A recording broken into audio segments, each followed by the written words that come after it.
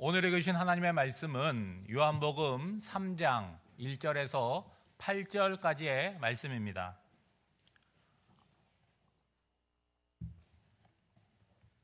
하나님의 말씀을 봉독하겠습니다. 그런데 바리새인 중에 니고데모라 하는 사람이 있으니 유대인의 지도자라. 그가 밤에 예수께 와서 이르되 랍비여, 우리가 당신은 하나님께로부터 오신 선생인 줄 아나이다. 하나님이 함께 하시지 아니하시면 당신이 행하시는 이 표적을 아무도 할 수 없음이니이다. 예수께서 대답하여 이르시되 진실로 진실로 내게 이르노니 사람이 거듭나지 아니하면 하나님의 나라를 볼 수 없느니라. 니고데모가 이르되 사람이 늙으면 어떻게 날 수 있사옵나이까? 두 번째 모태에 들어갔다가 날 수 있사옵나이까? 예수께서 대답하시되 진실로 진실로 내게 이르노니 사람의 물과 성령으로 나지 아니하면 하나님의 나라에 들어갈 수 없느니라. 육으로 난 것은 육이요 영으로 난 것은 영이니 내가 내게 거듭나야 하겠다 하는 말을 놀랍게 여기지 말라. 바람이 임의로 불매 내가 그 소리는 들어도 어디서 와서 어디로 가는지 알지 못하나니 성령으로 난 사람도 다 그러하니라. 아멘. 이 말씀은 살아계신 하나님의 말씀입니다. 하나님께 감사드립니다. 아멘. 성령의 안경을 쓰라 라는 제목으로 하나님의 말씀을 전하도록 하겠습니다. 저도 안경을 끼고 있고 오늘 예배드리는 분들 가운데서도 안경을 끼신 분들이 여럿 계세요.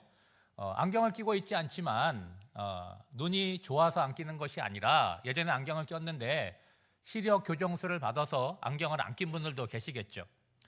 제가 처음 안경을 쓰게 된 거는 고등학교 때입니다. 제가 눈이 나쁜 줄을 몰랐어요. 일상생활에 불편함이 없었습니다. 근데 어느 날 교실에서 제 앉는 자리가 뒤로 옮기게 되니까 칠판이 보이지 않는 거예요. 그래서 안경점에 가서 시력을 쟀더니 눈이 많이 나빠진 거죠. 그래서 안경을 쓰게 되었습니다.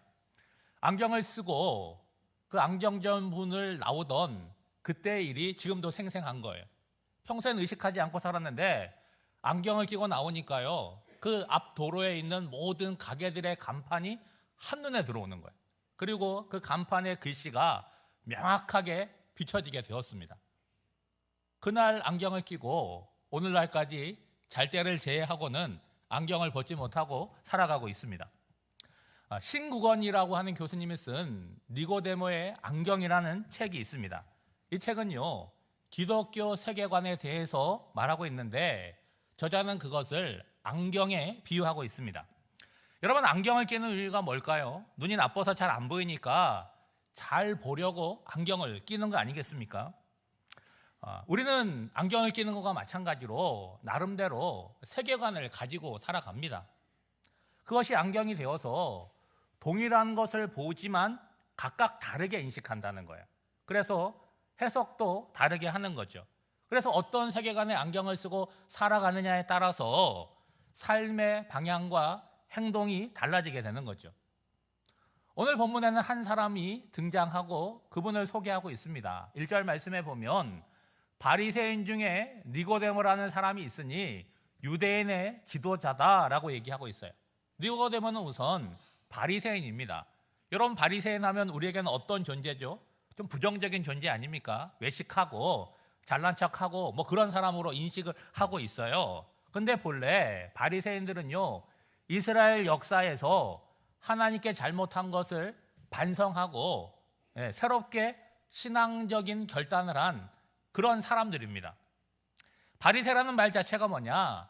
구별되었다라는 뜻을 가지고 있어요. 이들은 율법을 사랑합니다. 그리고 말씀대로 살려고 최선을 다하는 그런 사람들이었어요. 또한 니고데모는 유대인의 지도자다라고 얘기하고 있지 않습니까? 여러분, 이스라엘 사회는요, 71명으로 구성된 산헤드린 공의회라고 하는 최고 의결 기관이 있는데 니고데모는 바로 거기에 소속되어 있는 유대인의 지도자였습니다. 오늘날로 얘기하자면 국회의원 정도 되는 그런 사람이라고 얘기할 수 있겠죠. 그러니까 니고데모는요, 세상적으로도 성공한 인생이고 신앙적으로도 모범적인 인물이라고 말할 수 있겠죠. 그런 니고데모가 예수님을 찾아온 거예요. 여러분, 2000년 전 이스라엘 사회에서 누구나 다 알 수 있는 영향력 있는 지도자가 논란의 중심이 되어 있는 예수님을 찾아온다는 것은 일반적인 일은 아니겠죠.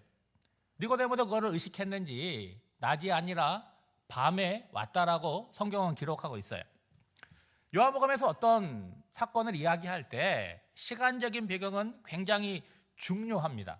여러분, 다음 장에 나오는 사마리아 여인이 우물가에 물을 뜨러 나온 시간은요, 낮 12시 정오였습니다. 여러분, 정오는요, 하루 중에 가장 햇볕이 뜨거운 시간이에요.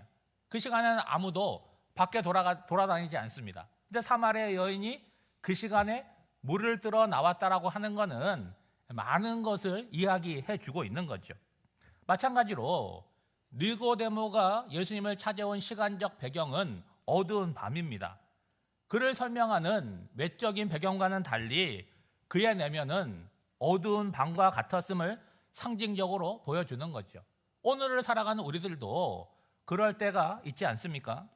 당시 예수님과 바리새인들은요, 서로 대척점에 놓여 있었습니다.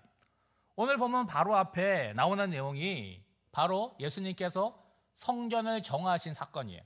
그러니까 종교 지도자들이 원래도 예수님을 싫어했는데 성전 정화 사건을 통해서 이제 그 임계점에 이르게 된 거예요.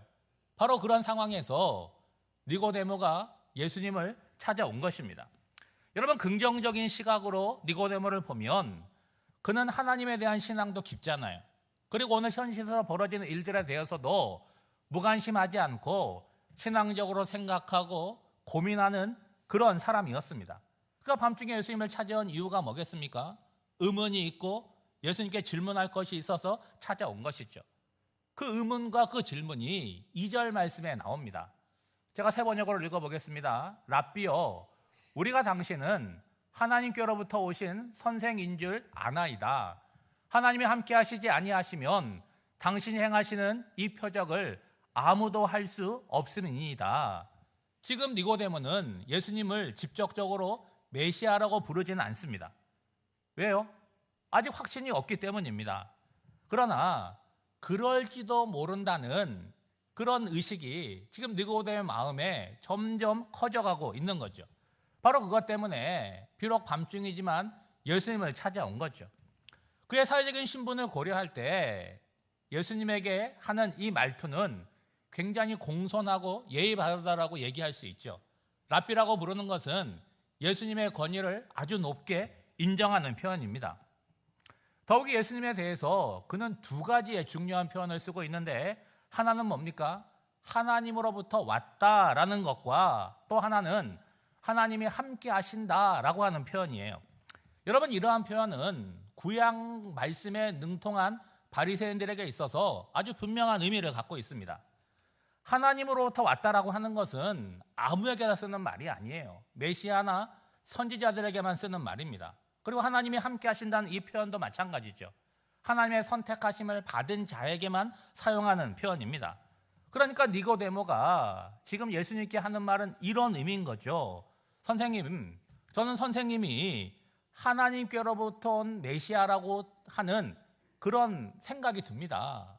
그리고 그 증거는 하나님이 함께 하시지 않고는 선생님이 하시는 표적을 행할 수가 없습니다 라고 이야기를 하는 거죠.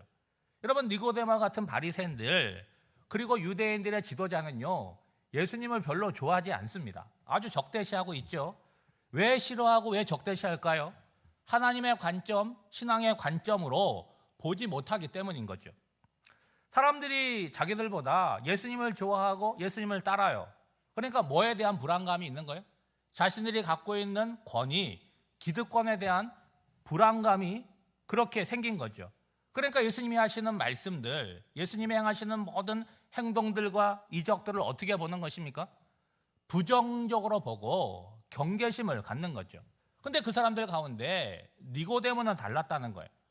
혹 니고데모와 같은 생각을 하는 바리새인이나 종교 지도자가 있었는지는 모르겠습니다. 근데 중요한 것은 니고데모가 그 의문을 갖고 거기서 멈춘 것이 아니라 그 의문을 해결하기 위해서 밤중에 예수님을 찾아오는 그런 열심이 있었다는 거죠. 미국 문학의 아버지라고 불리는 마크 트웨인은요, 이런 유명한 말을 했습니다. 질문하는 사람은 잠시 바보가 되지만 묻지 않는 사람은 영원한 바보로 남는다.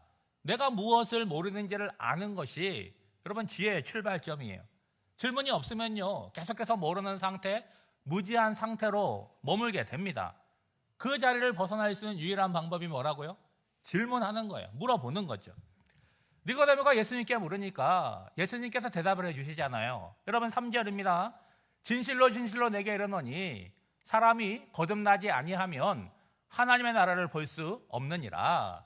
여러분 니고데모의 질문에 대해서 예수님의 대답을 들어보니까 질문에 합당한 대답 같습니까? 아니면은 상관없는 대답 같습니까? 얼핏 들으면 질문에 대한 대답이 아닌 것처럼 그렇게 보이죠.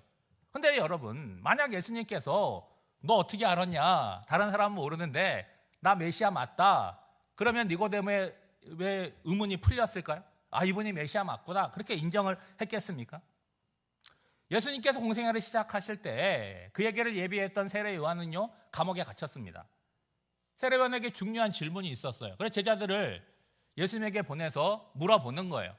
당신이 오시기로 약속된 메시아입니까? 아니면 우리가 다른 일을 기다려야 됩니까? 물었더니 그때도 예수님께서 내가 메시아가 맞다 그렇게 말씀하지 않으셨어요. 뭐라고 얘기하냐면 너희들이 지금 보는 거, 듣는 거 그것을 가서 전하라고 말씀하셨죠. 뭐 얘기하는 거예요? 내가 무슨 말을 하느냐 그게 중요한 것이 아니라는 거예요. 너희들이 그것을 통해서 무엇을 보느냐 그것이 중요하다는 거죠. 예수님과 동시대를 살아가는 사람들이 예수님을 보잖아요. 볼 수밖에 없지 않습니까? 그런데 저마다 예수님을 다르게 인식하고 있다는 거죠. 병자를 고치고 귀신을 쫓아내는 것을 보면서 어떤 사람들은 예수님께서 선지자 혹은 메시아일지 모른다라고 하는 생각을 하게 됩니다. 근데 또 어떤 사람들은 귀신의 왕 바알세불 사단이라고 그렇게 말하는 사람도 있었어요. 예수님은 똑같은 분인데 그에 대한 인식이 사람마다 비슷하지가 않고 양극단에 머물러 있었다는 거죠. 여러분 어디에 문제가 있었을까요? 성경을 잘 알고 있고 신앙이 좋다라고 하는 사람들의 이 관점 자체가 왜곡되어 있었다는 거죠. 그러니까 눈이 있어서 본다고 다 보는 것은 아닌 것이죠. 사람이 거듭나야지 하나님의 나라를 볼 수 있다는 예수님의 말씀은 이런 의미가 있는 거예요. 니고데모야, 너의 눈이 새로워지지 않는다면 내가 누구인지 하나님의 나라가 무엇인지 결코 볼 수 없단다. 그는 자신이 제대로 보고 있는지 의문을 가지고 있었잖아요. 그래서 예수님께 찾아와서 질문하지 않았습니까? 그랬더니 예수님께서 너 제대로 보려면 거듭나야 된다라고 말씀을 하는 거죠. 자, 하나님의 나라를 보려면 거듭나야 된다라고 하는데 여러분 이게 거듭남이 중생 아니겠습니까? 이게 어떤 의미가 있느냐 하는 거죠. 여러분 거듭난다라고 번역된 이 단어는요, 두 가지의 의미가 있습니다. 하나는 다시 새롭게라는 의미가 있고 또 하나는 위로부터라는 의미를 가지고 있습니다. 그러니까 이 거듭난다라고 하는 단어의 문자적인 의미는 이런 거죠. 다시 새롭게 태어난다. 하늘로부터 위로부터 태어난다라는 의미가 되는 거예요.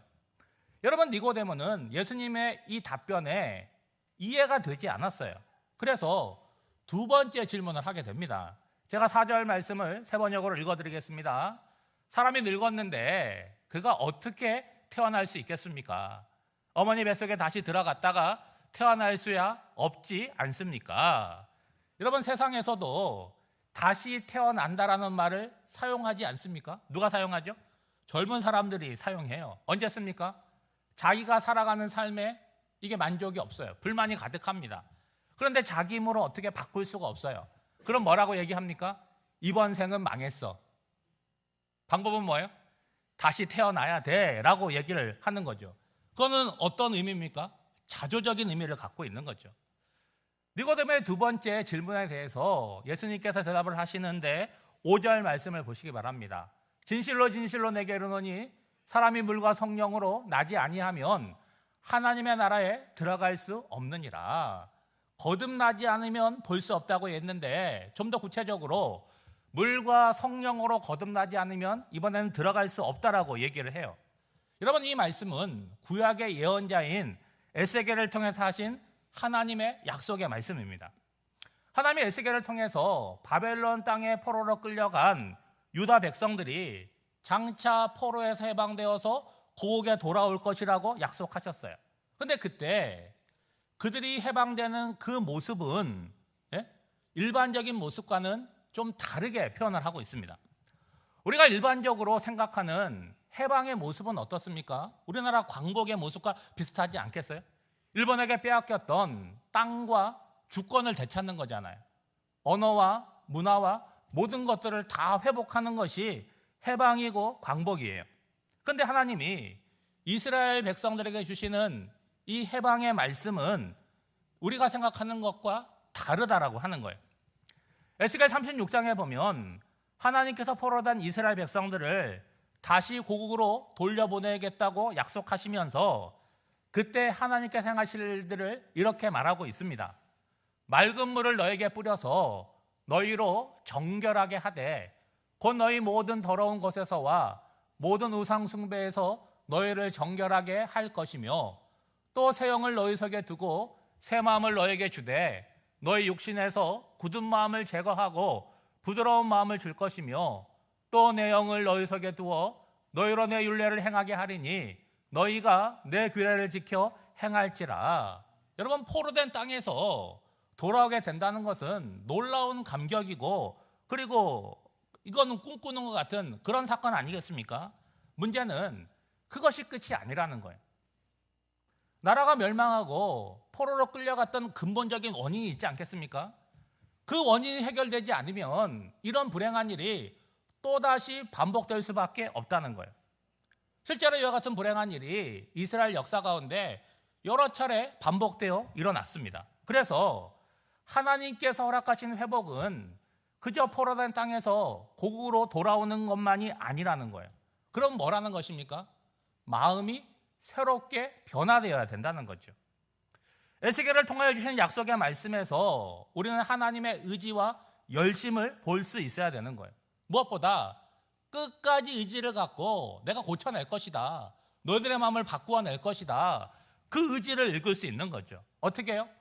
맑은 물로 깨끗하게 씻길 뿐만 아니라 하나님의 영으로 그 마음을 새롭게 하사 하나님의 백성답게 살아갈 수 있도록 하시겠다는 거예요. 그것이 실제로 이루어지는 것이 뭐라는 거예요? 참된 회복이다라고 말씀을 하는 거죠. 그러니까 물과 성령으로 거듭나야지 하나님 나라에 들어갈 수 있다는 예수님의 말씀은 바로 에스겔을 통해서 주신 약속의 말씀을 지금 다시 하고 있는 것이죠. 사랑하는 성도 여러분, 니고데모라고 하는 이 인생을 보면 여러분, 백성의 승리라는 이름의 뜻을 갖고 있습니다. 그리고 그의 인생을 보면 흠잡을 데가 없잖아요. 괜찮은 사람 아닙니까? 근데 예수님께서 그를 향해서 뭐라고 얘기하는 거예요? 너의 삶이 훌륭하다 얘기하지 않고 너 거듭나야 된다라고 말씀을 하잖아요. 그러면 오늘 우리는 어떨까요?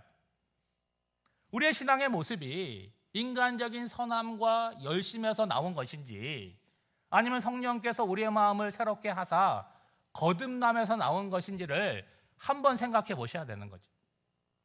예수님은 니고데모에 대해서 도덕과 윤리에 대해서 말씀하지 않잖아요. 너 더 착해야 된다, 너 더 선한 일을 많이 해야 된다, 그런 얘기를 하지 않으세요. 지금 예수님께서 눈여겨보시는 건 뭡니까? 그의 행위가 아니라 바로 그의 존재였다는 거예요. 오늘 우리를 둘러싸고 있는 것들이요, 우리로 하여금 신앙의 본질을 잃어버리게 만듭니다.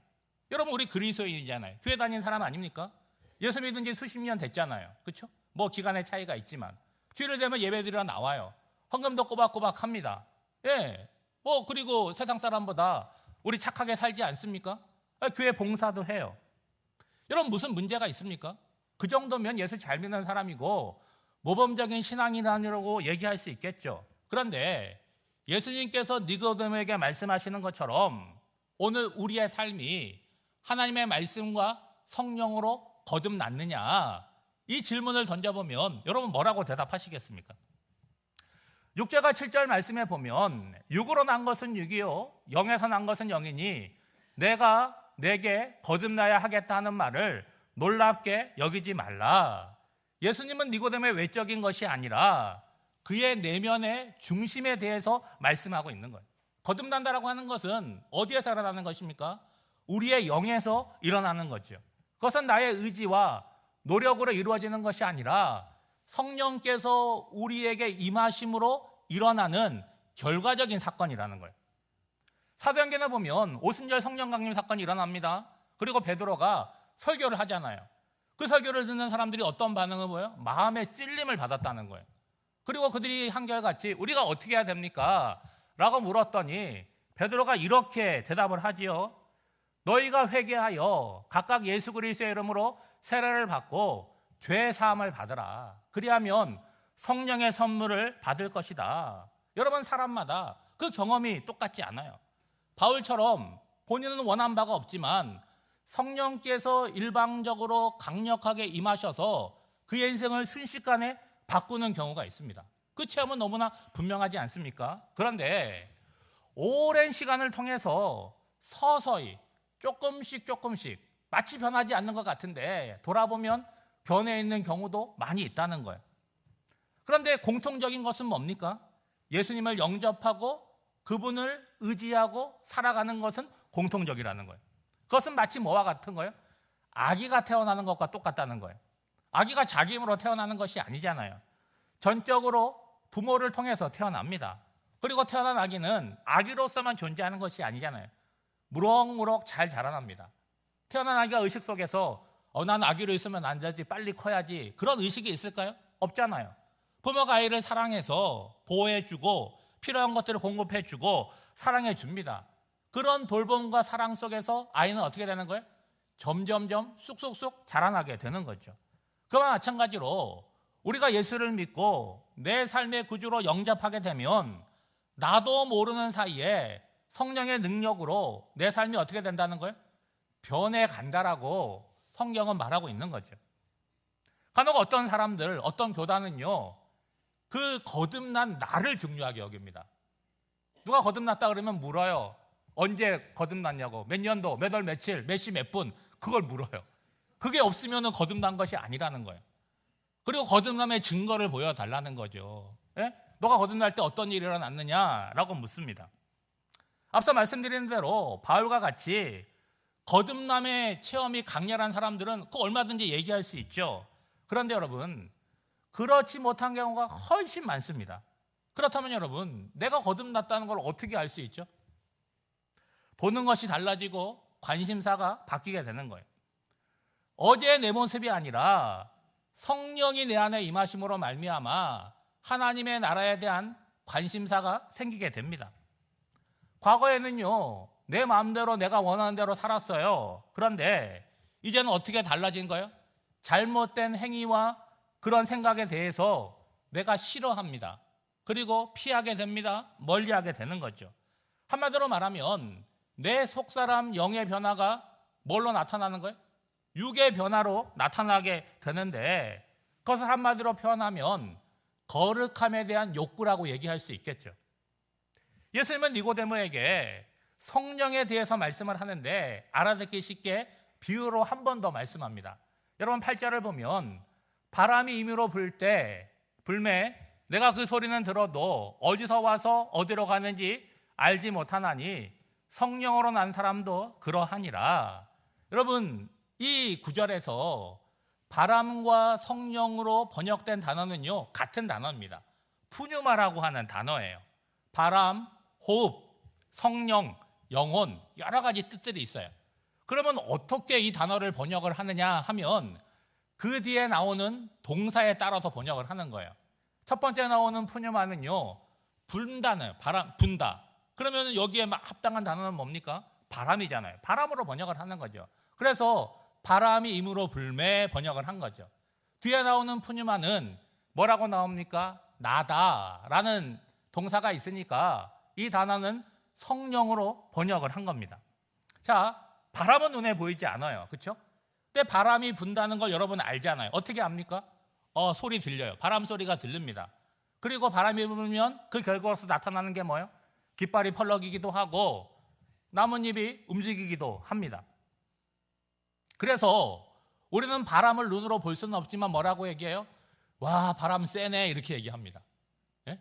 그리고 바람이 차다라고 얘기도 하죠. 바람이 시원하다라고도 얘기를 합니다. 마찬가지로 성령이 나에게 임하시면 내가 느끼게 된다는 거예요. 바람이 어디로부터 와서 어디로 가는지 우리는 알지 못합니다. 그와 같이 성령이 어디에서 와서 우리를 어떻게 변화시키는지 우리는 잘 몰라요. 그러나 성령이 임하게 되면 내가 알게 된다는 거예요. 어떻게 아냐? 내 속에 변화가 일어나고 나의 관심과 나의 욕구가 바뀌어지기 때문에 알게 되는 거죠. 어떤 사람에게는 태풍과 같이 그 뿌리를 뽑아버릴 만큼 강력하게 임하는 경우가 있습니다. 또 어떤 사람에게는 미풍과 같이 임하지만 자신을 돌아보게 만들고 내 안에 있는 잘못된 것들을 깨닫고 고민하고 고치게 만드는 거죠. 여러분, 니고데모가 그런 경우고 오늘 우리들 가운데 많은 분들이 그런 경우일 것입니다. 무엇보다 여러분, 바람은 내가 통제할 수가 없어요. 바람은 나에게 불어오는 것이지 선풍기를 켜는 것처럼 때를 조절하고 강약을 조정할 수는 없는 거죠. 무슨 얘기입니까? 성령의 역사는 우리가 하나님을 움직이는 것이 아니라 하나님께서 우리를 다루신다라고 하는 거죠. 따라서 거듭난다라고 하는 것은 나를 하나님께 온전히 맡기는 사건이 되는 거죠. 오늘 우리가 은혜 받을 만해서 하나님의 은혜를 받는 것이 아닙니다. 언제나 시작은 내가 아니라 하나님으로부터 시작이 되는 거예요. 그 하나님의 은혜로 내가 예수를 믿는 것이고 거듭나게 되는 것이고 하나님의 육성으로 살아가는 거죠. 사랑하는 성도 여러분, 니고데모는요, 어느 시대 누구에게나 다 부러움을 살 만한 그런 조건을 가진 사람이었습니다. 그런데 그에게도 인생의 어두운 밤이 있었다는 거예요. 그런데 그 어둠이 어떤 방향으로 갔느냐? 예수님에게 이끌었고, 그리고 예수님으로부터 영적인 진단, 이 시력을 체크하게 되었다는 거죠. 지금까지는 어떻게 살았습니까? 나의 가문, 나의 실력, 사람들이 나를 높여주고 인정하는 것으로 안정감을 누렸어요. 그런데 이제부터는 어떻게 살아야 됩니까? 예수님을 통하여 성령의 사람으로 거듭나야 되는 거죠. 다시 말하면 육의 사람으로 살았는데 이제는 성령의 사람으로 변화되어야 하는 거예요. 오늘 우리도 마찬가지입니다. 무엇을 열심히 하는 것이 먼저가 아니라는 거예요. 성령으로 내 심령이 새로워지는 것이 먼저라는 거예요. 그렇게 되면 세상의 안경이 아니라 성령의 안경, 복음의 안경, 믿음의 안경을 끼고 살아가게 되는 거죠. 여러분, 세상의 안경은 항상 뭘 봅니까? 돈이지 않아요. 성공할 것인가 실패할 것인가, 이익이 되느냐 손해가 되느냐, 거기에만 몰두하게 만들지만 성령의 안경은 뭐예요? 하나님의 나라를 보게 만들고 거기에 참여하게 만든다는 거예요. 오늘 주님은 니고데모와 우리에게 이렇게 말씀합니다. 사람이 물과 성령으로 나지 아니하면 하나님의 나라를 볼 수 없느니라. 이제 우리의 시선을 새롭게 하여서 세상의 안경이 아니라 성령께서 우리에게 주시는 그 안경을 끼고 세상을 새롭게 바라보는 자가 되시기를 주님의 이름으로 축복합니다. 기도하겠습니다. 사랑하는 하나님, 우리의 영적 시야가 어두워져 하나님의 나라를 보지 못할 때가 많습니다. 그것이 불편하게 느껴지게 하사 오늘 니고데모처럼 주님 앞으로 나아가게 하옵소서. 하나님의 말씀과 성령으로 우리의 영혼을 새롭게 하시고 우리 안에 새 마음과 새 영을 부어 주옵소서. 그리하여 육에 속한 삶이 아니라 영에 속한 삶을 살게 하시고 하나님의 자녀답게 하나님의 나라를 보며 그 나라의 백성으로 힘차게 살아가게 하옵소서. 예수 그리스도의 이름으로 기도하옵나이다. 아멘.